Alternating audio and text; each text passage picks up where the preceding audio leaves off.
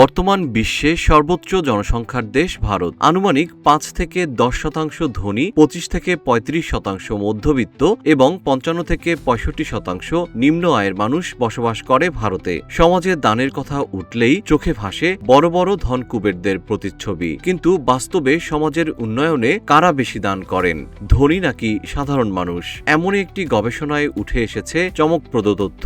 সমাজে পরোপকার বা দান ধনকুবেরদের প্রতিশ্রুতি বা বড় ফাউন্ডেশনগুলোর মাধ্যমে হয়, কিন্তু এই ধারণাকে চ্যালেঞ্জ করে সিএসআইপি। তাদের গবেষণায় দেখা গেছে ধনকুবের নয়, ভারতে সবচেয়ে বেশি দান করেন সাধারণ মানুষ।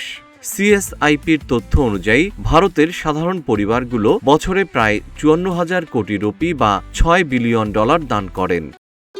ভবিষ্যৎ হোক নিরাপদ, বিনিয়োগ হোক বিশ্বস্ত, আর আমার পছন্দ সল্ট বে।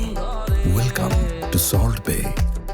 এতে নগদ টাকা ছাড়াও পণ্য সামগ্রী এবং স্বেচ্ছাশ্রম অন্তর্ভুক্ত। জরিপে অংশগ্রহণকারী ৬৮% মানুষ জানিয়েছেন তারা কোনো না কোনোভাবে দান করেন, যার মধ্যে ৪৮% পণ্য, খাদ্য, পোশাক, গৃহস্থালী সামগ্রী, ৪৪% নগদ অর্থ এবং ৩০% স্বেচ্ছাশ্রম। জরিপ অনুযায়ী ভারতের পরোপকার কেবল উচ্চবিত্তদের মধ্যে সীমাবদ্ধ নয়, এটি সব আয়ের মানুষের মধ্যে সমানভাবে বিস্তৃত।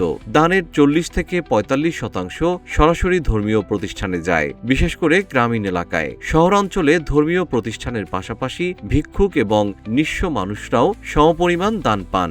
ভারতের ২০টি রাজ্যের ৭,০০০-এর বেশি মানুষের সাক্ষাৎকারের উপর ভিত্তি করে এই প্রতিবেদন তৈরি করা হয়েছে। জাতীয় নমুনা জরিপের এনএসএস ভোগব্যয় তথ্যের সঙ্গে মিলিয়ে দেখা গেছে মানুষের খরচ করার ক্ষমতা বাড়লে দানের প্রবণতাও বৃদ্ধি পায়।